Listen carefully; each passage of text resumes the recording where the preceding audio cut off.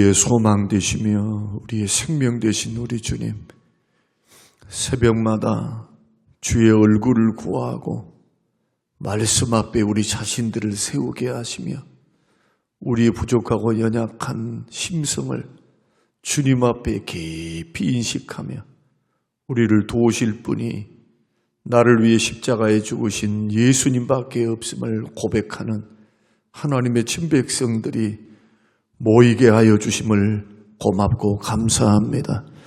새벽마다 기도할 때 힘 주시옵소서. 연약함과 허물을 십자가의 보혈로 가리워 주옵소서. 주님이 우리를 외면하시면 갈 곳이 없음을 주님 우리가 너무나 잘 아오니 우리로 하여금 주의 은혜를 힘입어 일어서게 하시고 승리의 길을 걸어가도록 복을 내리워 주옵소서. 우리의 기도하는 식구들의 생명과 재산을 지키시옵소서. 영혼을 지키시옵소서. 자녀들에게 복을 주옵소서. 복되고 형통하도록 축복하사 주변 사람들이 바라볼 때 믿는 믿음의 가족들이 복받는 것을 보게 하셔서 하나님의 영광을 노래하며 찬양케 하옵소서. 감사드리오며 예수님 이름으로 기도합니다. 아멘. 아멘. 히브리서 먼저 3장 1절 먼저 한번 읽으시고요. 3장 1절. 그러므로 함께 하늘의 부르심을 받은 거룩한 형제들아, 우리가 믿는 도리의 사도이시며 대제사장이신 예수를 깊이 생각하라. 아멘. 히브리서 4장 14절에서 16절, 우리 어제 말씀 같이 다시 한번 읽겠습니다. 그러므로 우리에게 큰 대제사장이 계시니 승천하시리 곧 하늘의 아들 예수니라. 우리가 믿는 도리를 굳게 잡을지어다. 우리에게 있는 대제사장은 우리의 연약함을 동정하지 못하실 리가 아니요 모든 일에 우리와 똑같이 시험을 받으신 이로되 죄는 없으시니라. 그러므로 우리는 긍휼하심을 받고 때를 따라 돕는 은혜를 얻기 위하여 은혜의 보좌 앞에 담대히 나아갈 것이니라. 아멘. 오늘 16절, 은혜의 보좌 앞에 때를 따라 돕는 은혜를 얻고 긍휼하심을 받기 위해 담대히 나아갈지니라. 오늘 본문의 말씀을 통해서 3일 동안 주일 설교를 하셨다고 생각하면 됩니다. 새벽의 말씀이 결코 가볍게 제가 증거한 적이 별로 없습니다. 새벽의 말씀도 주일 말씀처럼 하나님의 말씀을 받들고 섬기는 것이기 때문에 누군가는 불특정 많은 다수도 듣겠지만, 그러나 새벽에 누군가는 하나님께서 언제, 어느 때, 어느 시간에 생명의 말씀을 그분에게 주셔서 일어나게 하시든지 회개케 하시든지 때로는 용기와 소망을 주시려는지 모르기 때문에 새벽이든지 수요일 밤이든지 주일 오후든지 주일 오전이든지 같은 마음으로 말씀을 증거하는 이유는 이 말씀이 생명이 되는 것이고 이 말씀을 통해서 누구를 만나야 합니까? 결국은 예수님 만나야 합니다. 하나님 만나고 예수님 만나야 합니다. 그래서 이 말씀이 자꾸 들리기 시작하면 이상하게도 마귀의 역사는 말씀의 역사 앞에 벌벌 뜹니다. 우리가 생각할 때는 막 기도의 역사에 마귀가 벌벌 뜰 것 같죠. 마귀는 기도하라고 합니다. 마귀는 기도하라고 해요. 또 마귀는 말씀도 인용합니다. 그러죠? 말씀도 인용해요.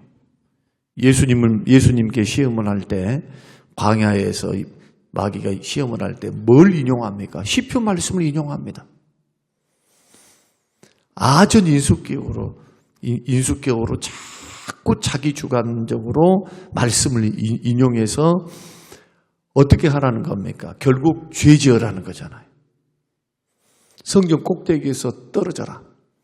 시편 말씀에 하나님께서 천사를 보내서 택한 백성들을 딱 구원하시고 건지시니까 성경 꼭대기에서 떨어져 봐. 하나님이 건지실 텐데 말씀하셨는데. 그래서 목회자의 사명은 뭐냐?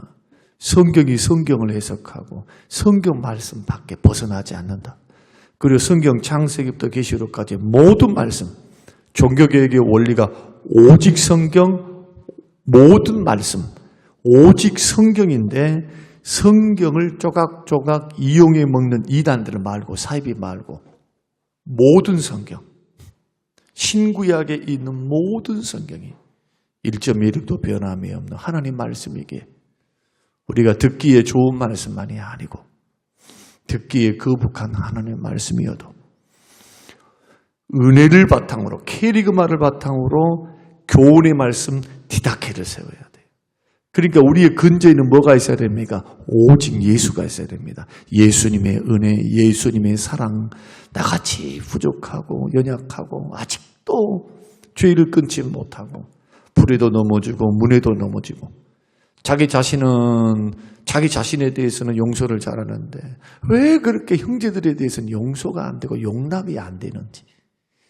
그런데 놀랍게도 이것은 자연스러운 현상입니다. 여러분, 우리가 믿음의 길을 걸어가는 하나님의 사람들이 예수를 믿으면서도 은혜를 받았으면서도 자꾸 나에 대해서는 좀 용서를 빨리 하는 편이죠. 괜찮아. 그러나 남에 대해서는 어떻게 합니까? 용서를 빨리 하기가 어려워요. 그 나의 기준과 나의 잣대를 가지고 자꾸 형제를 바라보려 하거든요. 당연한 거예요. 자연스러운 겁니다. 죄성을 가지고 있기 때문에. 예수 믿고 난 후에도 그런 것이 있습니다. 그러나 말씀과 기도로 산다는 게 뭡니까? 우리가 어떻게 거룩해집니까? 말씀과 기도로 거룩하여지니라. 말씀과 기도로 점점 틀을 벗는 거예요. 죄성의 틀을. 이걸 이렇게 성화다, 예수 닮음이다, 신의 성품에 참여한다라는 겁니다. 이것을 언제까지 해야 될까요? 날마다 하는데 언제까지? 죽을 때까지. 그래서 신앙의 긴장을 놓아버리면 안 되는 거예요. 마귀는 틈을 노립니다. 그 틈을 노려요. 그래서 우리 속에 있는 죄성, 우리 속에 있는 연약함, 우리 속에 있는 부족함, 그래서 내가 적극적으로 미워했기 때문에만 죄가 아니에요. 사랑인 줄 알면서도 사랑을 실천하지 않는 것, 선인 줄 알면서도 선을 행하지 않는 것도 죄예요. 근데 우리는 어떻게 생각하느냐? 나는 잘못 안 했는데요. 나는 미워하지 않았는데요. 나는 거짓말하지 않았는데요. 참말하지 않는 것도, 선을 행하지 않는 것도, 믿음으로 살지 않는 것도 죄예요.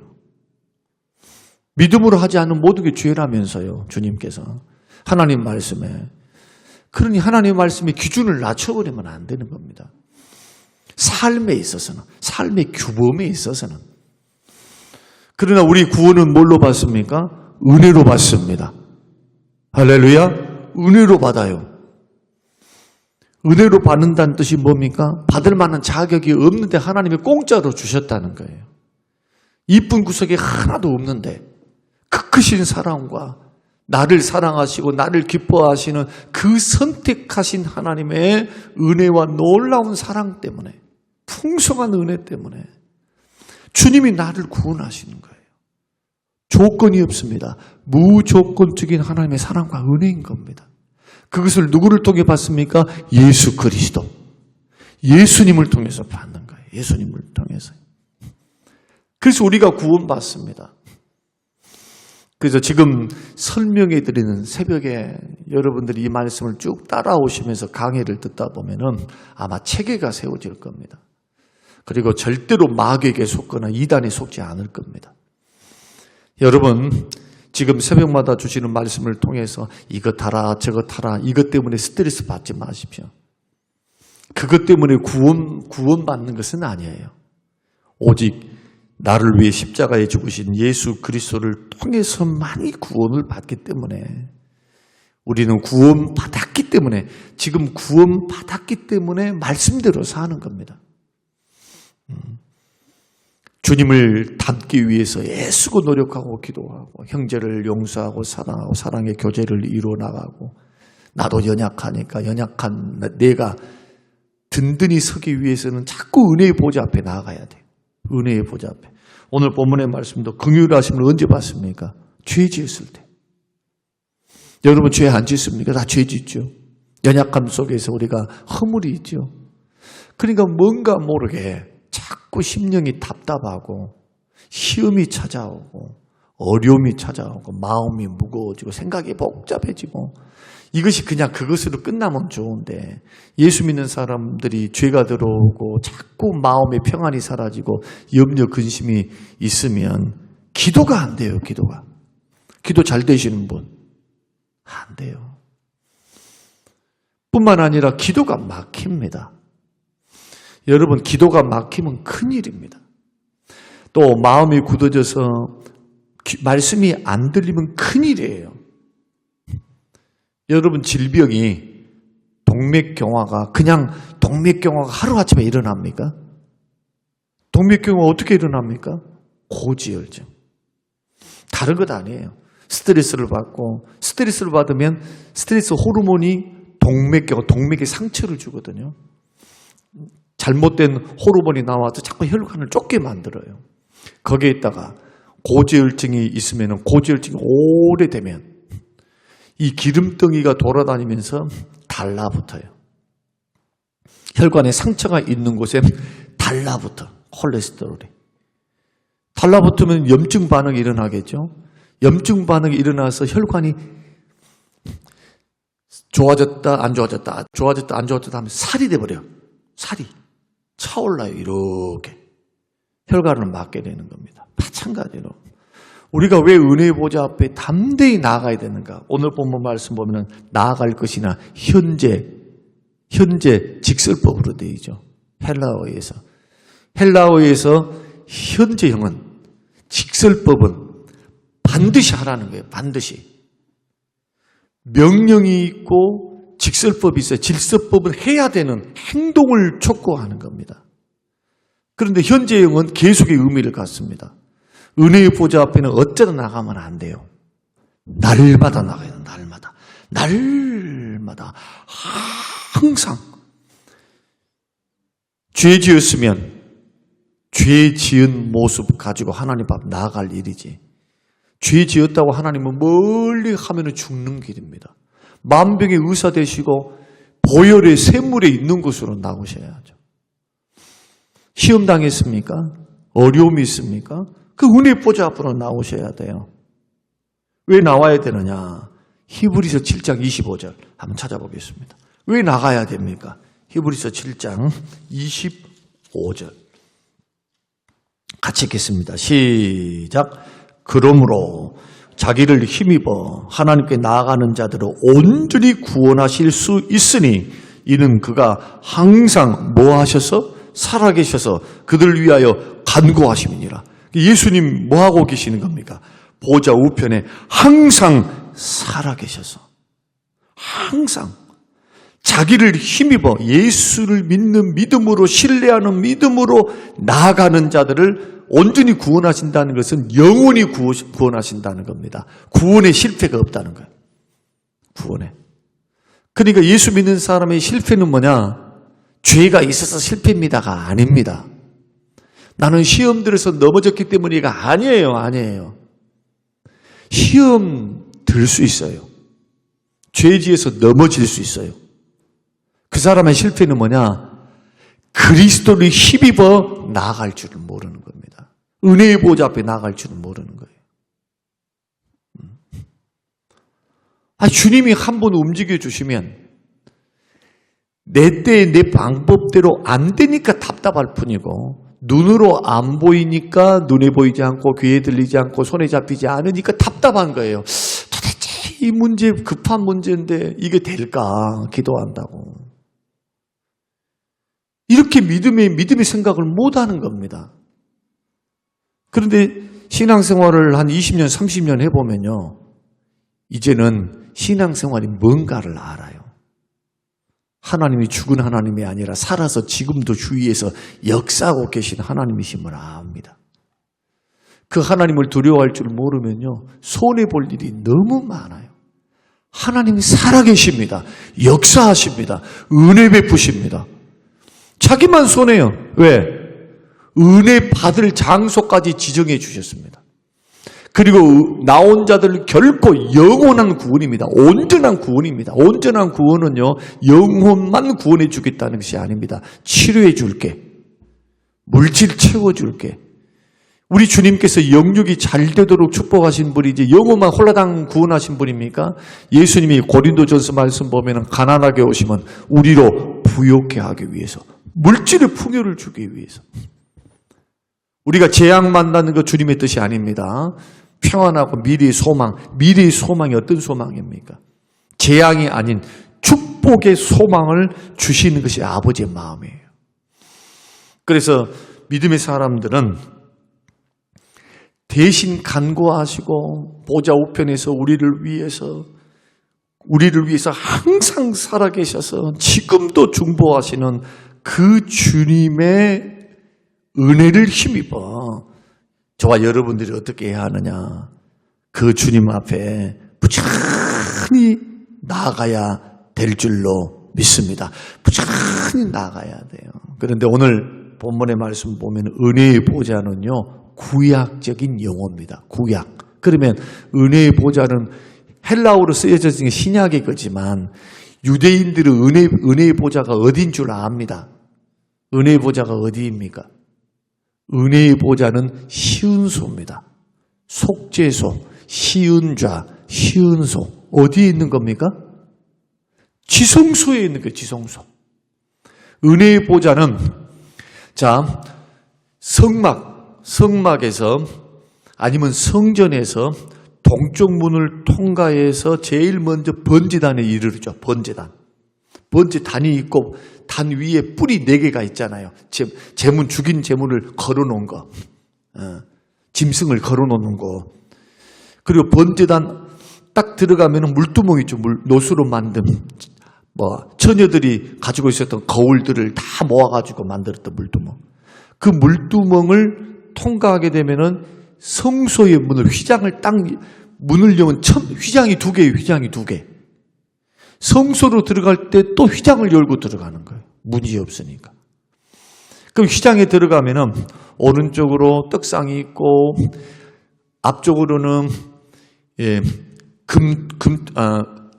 분향단이 있고 왼쪽으로는 금촛대가 있어요. 그 성전을 창문이 하나도 없으니까 성소. 그 다음에 지성소의 문을 딱 열면 제일 먼저 있는 게 뭡니까? 법궤가 있어요. 법궤에는 3가지가 들어가 있죠. 그리고 법궤 뚜껑이 뭐냐?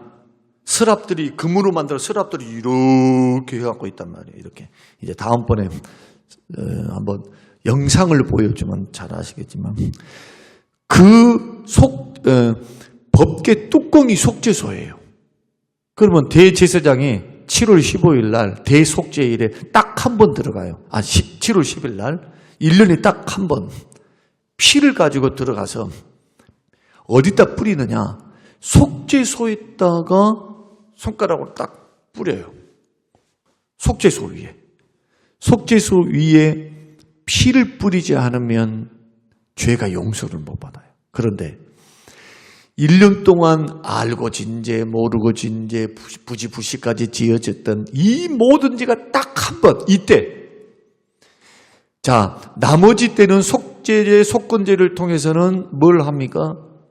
하나님께 대한 죄는 속건제, 사람에게 대해서는 속죄제, 속건제는 배상제라 해서 배상을 해주면서 또 제사를 드리는 게 속건제고, 속죄제는 하나님 앞에 내가 사람 앞에 이렇게 잘못했어요, 이렇게 했어요, 저렇게 했어요 하면 마음에 찔림이 있고 율법을 어기면 반드시 제물을 가지고 와서 속죄 제사를 드려야 되는데 안 드리면 총에서 끊어지게 되잖아요. 하나님께서 끊어버리겠다 말씀하시니까. 그런데 유일하게 모든 백성들의 죄를 딱 씻어주는 날, 그날이 묻지도 않아요. 어떤 죄든지 다 용서를 받는 날. 그날이 누구냐? 대제사장이 하나님 앞에 들어가서 백성들의 모든 죄를 용서받는 유일한 날. 그런데 그 피가 어디에 뿌려져야 되느냐? 속죄소예요. 속죄소에서 뭐가 나옵니까? 은혜가 나와. 그래, 시은, 은혜를 베푸는 곳, 좌, 은혜를 베푸는 곳, 속죄소, 법궤 뚜껑. 이게 은혜의 보좌예요. 은혜의 보좌만 누구만 나갑니까? 대제사장만 나가는 거예요. 그런데 어떻게 예수 믿는 사람들이 은혜의 보좌 앞에 나갑니까? 예수 믿으면 우리가 왕 같은 족속이요, 택한 족속, 택한 백성이며 우리들이 왕 같은 제사장이에요. 제사장. 예수님이 대제사장이 되시고 우리의 제사장이 되는 특권과 은혜를 주신 거예요. 언제 어느 때든지 여러분이 눈을 딱 감고 기도하는 그곳이 은혜의 보좌예요. 얼마나 감사해요.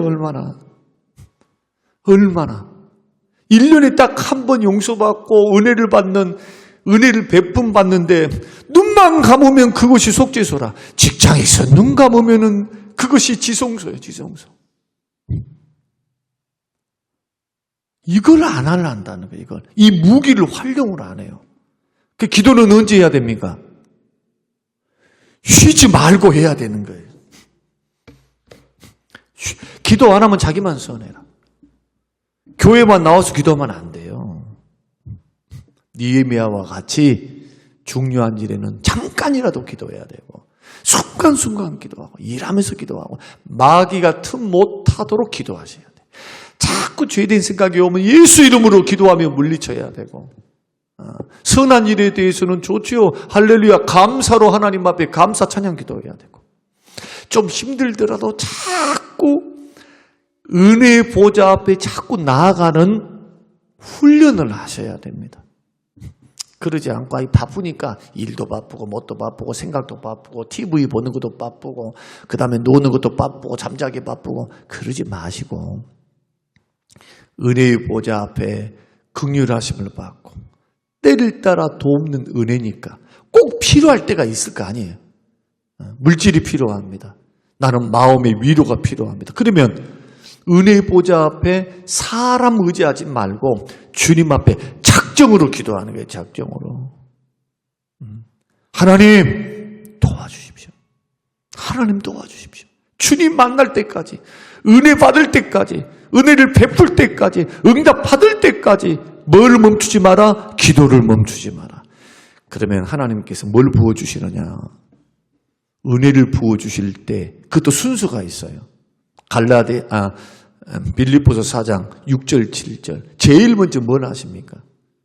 간구와 기도를 하면, 염려를 맡겨 기도하면, 감사함으로 기도하면 생각과 마음을 지키시는 거예요. 우리 마음의 생각과 그리스도의 하나님의 높으신 그 지극히 높으신 평강으로 하나님께서 우리의 마음을 다 위로해 주세요.